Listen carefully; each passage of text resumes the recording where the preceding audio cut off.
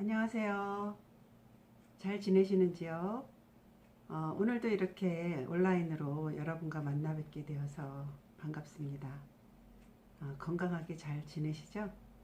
음, 오늘 수업은 저희가 다루고 있는 천연 아로마 에센셜 오일을 가지고 우리가 겨울철에 감기에 잘 걸리잖아요. 그래서 감기에 효능이 있는 그런 아로마 오일을 선별해서 그 아로마 오일을 가지고 손쉽게 휴대하면서 케어할 수 있는 그런 제품을 여러분과 만들어 보려고 해요. 그래서 오늘은 그 아로마 롤러 두 가지를 제가 준비를 했고요.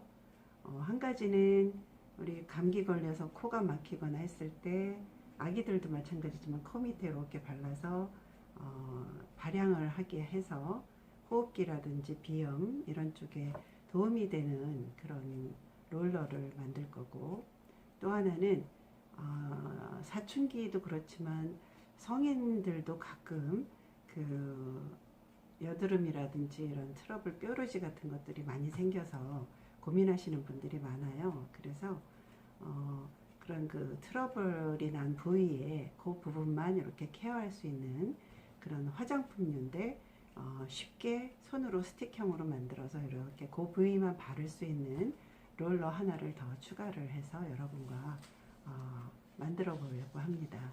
그래서 첫 시간에는 우리가 사용할 아로마 오일에 대한 공부를 좀 해보고, 그리고 어떤 방식으로 만들 수 있을 것인지에 대해서 살짝 언급을 하고, 2교시에는 여러분과 직접 쉽게 만드는 방법을 알려드리는 그런 시간으로 갖도록 하겠습니다. 자, 제일 먼저 우리가 비염에 주로 많이 사용하는 아로마 에센셜 오일을 제가 우선 소개를 할게요. 우리가 감기 걸리면 주로 코나 호흡기 쪽으로 많이 증상이 오잖아요. 그래서 콧물이 난다든지 코가 막힌다든지 또 목이 칼칼하면서 그 기침이 나기 시작한 거나 이런 그 두 가지 종류의 감기 또는 두 개가 합쳐져서 오는 그런 경우도 있죠. 그래서 물론 병원에 가서 그 진단을 받고 약을 먹는 것도 중요하지만 집에서 잘 케어를 해서 감기가 빨리 나을 수 있도록 하는 것도 좋은 방법이죠. 아로마 에센셜 오일에 대한 그 효능은 일반적으로 알려져 있기는 하지만 잘못 알려져서 그것을 오용하고 또 남용하는 경우도 많아요. 그래서 우리가 이렇게 공부하는 시간을 통해서 제대로 알고 잘 사용할 수 있도록 그렇게 공부를 하는 시간을 가지도록 했으면 좋겠어요. 우선 그 코가 막혔을 때, 비염이 왔을 때 사용하는 그런 그 아로마 에센셜 오일의 종류는 꽤 많죠. 예를 들자면 여러분이 흔히 잘 알고 계시는 페퍼민트, 민트 종류죠. 민트는 이렇게 싸한 느낌이 들잖아요. 그래서 그것으로 인해서 이렇게 코가 뻥 뚫리는 느낌을 줄 수도 있고, 또 여러분이 잘 알고 있는 유칼립투스라는 것도 있고요. 또 그 밖에 여러 가지 그 아로마 에센셜 오일이 그 감기, 코막힘이라든지 비염, 그 호흡기 질환 이런 것에 도움이 되는 것들이 많지만, 제가 앞서 설명드린 것처럼 그 유칼립투스와 페퍼민트 두 가지를 사용해서 그 아로마 롤러를 만들려고 합니다. 물론 어느 한 가지를 써도 상관은 없어요. 그런데 제가 가급적이면 두 가지를 써서 조금 더 효능을 높일 수 있는 그런 그 제품을 한번 만들어 보려고 기획을 했던 거고요. 여러분이 감기 걸려서 이비인후과를 가거나 병원을 가면 간혹 특히 이비인후과에 가면 선생님과 진료를 마친 다음에 밖으로 나와서 이렇게 그 호흡기에 대는 수증기가 나오는 어떤 기계에 대고 흡입을 하라고 하죠. 예전에는 그런 걸 못 봤는데 최근 들어서는 그런 그 자연물과 결합을 한 그런 치유법을 선생님들도 생각을 하시는 것 같아요. 그래서 그런 그 수증기가 나오는 그 기계의 안쪽에 아로마 에센셜 오일, 특히 뭐 페퍼민트, 뭐 유칼립투스, 또 로즈마리 뭐 이런 것들을 여러 가지를 넣어서 그걸 흡입하게 해서 보조 치료를 해주게 하는 그런 병원들도 꽤 많이 늘어났더라고요. 그래서 여러분들도 혹시 집에서 간단하게 사용하실 수 있는 그 아로마 에센셜 오일이 있다면 그걸 활용해서 집에서 이렇게 그 가습기를 할 때에도 거기다 한 방울 넣어서 호흡기로 흡입을 한다든지 이런 것들을 하면 굉장히 많은 도움이 될 거예요. 실예로 제가 작년에 독감이 좀 심하게 걸렸었는데, 독감이 걸려서 이 호흡기 쪽에서 이제 가래가 끓는 소리가 날 정도로 굉장히 심했어요. 그런데 우리가 수업에서 사용하는 티트리 오일 있죠? 티트리 오일을 목욕을 따끈하게 하고 난 다음에 몸이 젖은 상태에서 목부터 가슴까지 쭉 발라줬어요. 티트리 오일을. 그리고 따뜻한 이불 속에서 전기담요도 켜고 그 안에서 찜질을 해줬거든요. 그런데 정말 놀랍게도 그 다음날 굉장히 그 증상이 개선이 됐어요.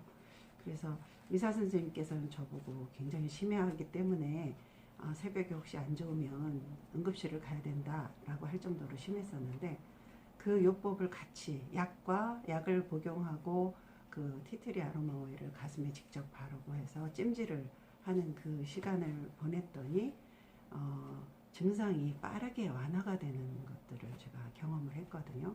물론 이거는 대체요법이기 때문에 의사 선생님한테 가서 치료나 어떤 처방을 받지 않고 난 이것만 할 거야 라고 하는 건 옳지 않아요.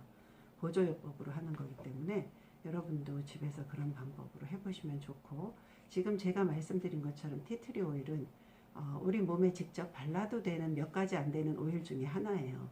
100% 오일이지만 우리 피부에 직접 바를 수 있는 것들은 사실 몇 가지 안 되거든요. 티트리 오일, 레몬, 오렌지, 그리고 라벤더, 이 정도는 뭐 아기들도 국소 부위, 아주 작은 부위에 발라도 돼요. 그런데 제가 티트리 오일을 넓게 바른 것은 증상이 워낙 심했기 때문에 그렇게 했던 거고, 이거는 의사 선생님의 처방과는 별도로 제가 보조요법으로 사용했던 거기 때문에 거기에 대한 오해는 없으셨으면 좋겠고, 그리고 집에서 호흡기가 안 좋을 때는 우리가 가습기 틀잖아요. 그런데 가습기도 물론 좋지만 가습기가 뭐 꺼려지거나 또 주변에 가습기가 없을 때는 그 간단한 방법으로 조그만 대접이나 접시 같은 것에 끓는 물을 먼저 넣고요. 그럼 수증기가 나올 거 아니에요. 그러면 거기에 그 아로마 오일을 한 방울, 두 방울 정도 떨어뜨려서 그걸 흡입을 하거나, 아니면 그것도 귀찮을 경우는 그 머리맡에 손이 닿지 않는 곳에 놓고 잠을 자는 거예요. 그러면 온 방 안에 그 수증기와 아로마 오일이 그 휘발이 되겠죠. 그러면서 여러분이 호흡하는 동안 그게 도움을 줄 수 있을 거예요. 그런 방식으로 저희가 사용을 할 수 있다는 것을 말씀드리는 겁니다. 자, 그래서 유칼립투스는 여러분도 잘 알고 계시지만 아마 여러분이 좋아하는 동물이 먹는 음식이거든요. 근데 혹시 아시겠어요? 뭔지? 아시는 학생들도 있을 거예요. 코알라라고 귀여운 동물 있죠? 예, 그 동물은 호주에 살잖아요. 그 동물은 유칼립투스를 주로 먹는다고 해요. 그래서 유칼립투스는 종류가 굉장히 많아서 700종이 있다고 해요. 그래서 모양이 여러 가지가 있어요. 어떤 건 동그란 잎도 있고, 어떤 건 길쭉한 잎도 있고. 그래서 제가 그 사진을 한번 보여드리려고 하는데요. 여러분이 흔히 보는 동그란 잎이죠. 이런 유칼립투스가 있고, 또 이렇게 길쭉한 모양의 유칼립투스도 있어요. 그래서 이런 그 종류가 700종이나 되는 유칼립투스가 그 호주에 분포하고 있다고 하는데, 최근에는 우리나라에서도 들여와서 그 재배하시는 분들이 있는데, 그쪽의 기후와 우리나라의 기후가 다르기 때문에 좀 재배하는데 어려움이 있을 거라고 생각해요. 그래서 실패하시는 분도 있고, 그래서 저도 이런 그 허브를 좀 키워보려고 하는 그런 계획이 있습니다. 제가 바쁘다 보니 이걸 얘네들을 잘 돌볼 수 있을지 걱정은 돼요. 그래서 유칼립투스가 이렇게 그 여러 가지 700여 종의 종류가 있는데, 상상도 못하게 얘는요, 키가 그렇게 크게 자란대요. 그래서 101m? 101m면 몇 층일까요? 우리 그 아파트가 한 12층 되면 한 40m 될까요? 근데 102m면 엄청나게 크죠? 이 세상에서 가장 큰 나무가 바오밥 나무라고 하는데 유칼립투스도 자라지 않고 놔두면 이렇게 큰다고 해요. 그래서 우리가 알고 있는 유칼립투스는 아주 가느다란 나뭇가지인데 거기에 그걸 어떻게 코알라가 올라갈까? 그렇게 생각하는 분도 있을 거예요. 근데 사실은 나무가 오래 시간이 지나면서 이제 굵어지고 키도 커지고 하다 보니까 이제 유칼립투스 나무에 올라가서 가지를 꺾어서 먹고 그렇게 되는 거죠. 그래서 유칼립투스가 이렇게 여러 종류가 있기도 하고요. 또 얘네들이 주로 유칼립투스에서 아로마 오일을 정제해서 유칼립투스 기름을 저희가 쓰기도 하지만 얘네들은 차로 마시기도 하는 그런 경우도 있고, 그래서 전설이 또 있다고 해요. 전설이 뭐냐면 이 유칼립투스 나무 아래에서 사랑을 고백하면 그 사랑이 아주 오래가고 사랑이 이루어진다고 하는 전설이 있대요. 여러분도 혹시 그런 기회가 있다면 한번 해보시겠어요? 네. 그래서 이런 아름다운 전설이 있다고 하고, 얘는 이름도 아주 상큼한 이름을 가지고 있죠. 그래서 이런 전설에 힘입어서 유칼립투스를 사랑하시는 분들이 많이 생겨날 것 같아요. 그래서 유칼립투스를 저희가 이런 방법으로 활용할 수 있는데, 주로 호흡기라든지 염증, 비염 이런 것에 많이 활용을 하고요. 뭐 잎이라든지 줄기, 나무 다 쓰기도 하고, 그렇지만 우리가 흔히 쓰는 거는 이제 잎을 따서 그걸 정유를 만드는 그런 과정을 거친 것들을 주로 쓰죠. 얘가 이제 페퍼민트랑 마찬가지로 살균 작용도 있고 하기 때문에 약용으로 많이 쓰였어요. 그래서 옛날에 중세 이전에 아주 오래됐던 시절에는 유칼립투스 나무를 문 앞에다가 걸어두면 악귀가 들어오지 못한다든지 잡균이 들어오지 못한다고 해서 그런 식으로 활용을 했다고 해요. 이렇게 옛날 사람들은 과학이 발달하지 않았기 때문에 유칼립투스가 어떤 효능이 있다는 것은 알고 있는데, 병을 일으키는 모든 것들이 악마와 관련이 있다 이런 생각을 했기 때문에 아마 그런 방식으로 썼던 것 같아요. 그래서 제가 옛날부터 가지고 있던 책이 하나 있는데요. 여기 보시면 이런 허브에 관련된 책인데, 이 책에 보면 정유를 만드는 기계가 이렇게 나와요. 나중에 제가 사진으로 좀 띄워드리겠지만 이렇게 정유를 뽑는 게 나오고, 이쪽에 보면은 어떤 한자 비슷한 게 쓰여 있는 그런 병이 있죠. 여기 보면 중국 사람들에 대한 얘기가 나오는데, 물론 유럽 쪽에는 사실 중국과 교류가 먼저 시작되고 오래됐기 때문에 우리가 알기로는 그래요. 근데 뭐 신라시대 때에도 유럽과 교류가 있었다고 하지만 문헌에는 중국에 관한 얘기가 많이 나오거든요. 그래서 중국과 마찬가지로 우리나라도 역시 이런 허브들, 우리는 한약이라고 부르잖아요. 약초들. 그런 약초들로 정제를 해서 뭐 쓴다든지 약으로 쓴다든지 했던 거고요. 그래서 여기에도 그런 중국 사람들은 그런 약초를, 허브를 약으로 사용한다라는 그런 얘기들이 있어요. 근데 유럽 쪽에서는 사실 이런 약초를 쓰는 거는 1400~500년 이전에는 이런 약초를 다루어서 뭐 병을 고친다든지 하는 사람들은 마녀라고 해서 화형도 시키고 그랬잖아요. 그런데 1500년대에는 아마 유럽에서도 이런 허브에 대한 그런 공부를 시작을 했던 것 같아요. 그래서 화학자들이 많이 공부를 해서 이런 허브들의 특별한 효능이 있다라는 것을 밝혀내고 점점 이렇게 공부를 해가면서 책으로 기록하고 했던 거예요. 그래서 여기 사진에 보시면 이 화학자가 유명한 사람인데, 이 사람이 특히 허브에 관련된 그런 공부를 좀 많이 했던 것 같아요. 그래서 이분이 1530년대에 태어나서 허브에 대한 공부, 그리고 책도 쓰고 이런 일들을 했다고 해요. 그래서 이름이, 이 사람은 레오나르드 서네이저라는 사람이에요. 그래서 이 사람이 혁혁한 효과를 업적을 세웠기 때문에 이렇게 목판에다가 이 사람의 얼굴을 새겨서 기록을 해놨던 그런 기록이 있고, 이런 책들에 보면 여기는 그림이 너무 예뻐서 제가 가지고 있는데요. 이렇게 보시면 여러 가지 이런 그 그림들을 직접 손으로 그린 거예요. 손으로 그려서 여기에는 어떤 이 그 식물은 어떤 특징이 있고 어떤 모양이고 또 이것을 약으로 활용하는 방법은 무엇이 있다. 그런데 항상 맨 마지막에 보면 그게 있어요. 너무 과용해서 사용하면 그 부작용을 일으킬 수 있기 때문에 주의해야 된다. 그런 얘기를 꼭 하고 있어요.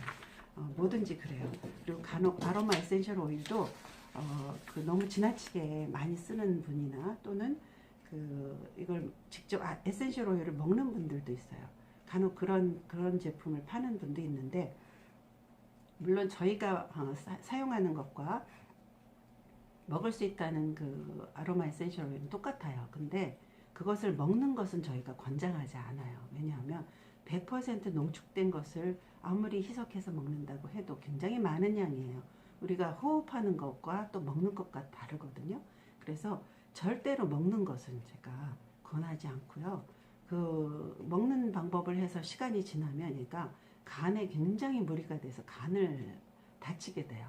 간이 다치면 우리의 생명의 기능이 굉장히 많이 떨어지고 죽음으로 이를 수 있거든요. 그래서 절대로 먹는 것은 누가 권하더라도 될 수 있으면 하지 마시고 호흡하는 것들로만 주로 이용을 하셨으면 좋겠고 너무 많이 사용하지 않고 하세요. 그리고 제가 이렇게 보여드리는 이 사진은 좀 흐리게 나왔는데 나중에 제가 한번 또 띄워드릴게요. 얘는 바카예요. 바카는 영어로 민트라고 하잖아요. 그래서 우리가 알고 있는 페퍼민트, 오늘 사용할 페퍼민트 역시 바카 종류죠. 페퍼민트는 그 물바카라는 것과 그 스피어민트라고 하는 거, 우리 껌에도 냄새 나는 거 있죠. 그것의 교잡종이라고 해요. 그게 이제 그래서 페퍼민트라는 것이 나왔고 냄새가 톡 쏘는 그런 느낌이 나서 페퍼, 후추죠. 후추하고 민트를 합쳐서 페퍼민트라고 그렇게 불렀다고 합니다. 그래서 오늘 페퍼민트를 저희가 소개를 하게 되는데 옛날에는 식용 그리고 방향제 이런 걸로 썼다고 하고 유럽에서도 이제 그 그리스 로마 시대에는 이제 목욕할 때 방향제로도 썼다고 해요. 그래서 얘는 그 약간의 그 싸하는 느낌이 피부를 이렇게 순간적으로 마비를 시키는 기능도 있고 그리고 헤어제로도 사용하고 네, 뭐 발한제로도 사용을 하고 여러 가지 용도로 사용할 수 있고 마찬가지로 유칼립투스처럼 감기, 천식, 기관지염, 호흡기 질환에 많이 사용을 하는 그런 그 허브 중에 하나예요. 그래서 여러분 허브 그러면은 이런 페퍼민트, 뭐 유칼립투스 우리가 잘 알지 못하는 이런 것들만 있는 거라고 생각하시지만 재밌는 게 여기 보면 이 책에 보면 당근도 나오고요, 마늘도 나와요. 여러분들 마늘을 싫어하는 귀신이 누가 있어요? 잘 아시는 네, 흡혈귀, 그죠? 흡혈귀들이 마늘을 싫어한다고 하죠. 그래서 마늘의 효능도 여기 나오거든요. 영어로 된 이쪽에 책에 보면 효능이 나오는데 너무 재밌어요. 그래서 그 허브라는 게 별게 아니고 우리 주변에 있는 모든 식물들이 허브라고 불리는 거고요. 그것들을 어느 부위를 농축해서 또는 뭐 말려가지고 갈아서 쓴다든지 차로 마신다든지 이런 방식으로 썼던 게 바로 그 허브의 효능을 누렸던 그런 그 메디컬 효과를 누렸던 거고 여기 보시면 당근 보이시죠? 네. 그래서 이렇게 우리가 흔히 알고 있는 것들이 다 그런 그 약용 효과를 가지고 있다는 거고 이게 바로 또 그 민트. 네. 여기 보시면 페퍼민트라고 써 있죠? 꽃이 예쁘죠? 네, 민트 사진을 보여드렸어요. 그래서 마늘이라든지 쑥이라든지 이런 모든 것들이 전부 허브의 그 약용 허브의 효능을 가지고 있다는 것을 여러분이 좀 아셨으면 좋겠어요. 그래서 이렇게 오늘 첫 시간에 그 민트와 또 유칼립투스에 대한 그 설명을 드렸습니다. 여러분 재밌게 들으셨으면 좋겠고요. 자, 2교시에서 우리 직접 만드는 거 보여드리도록 할게요. 수고하셨습니다.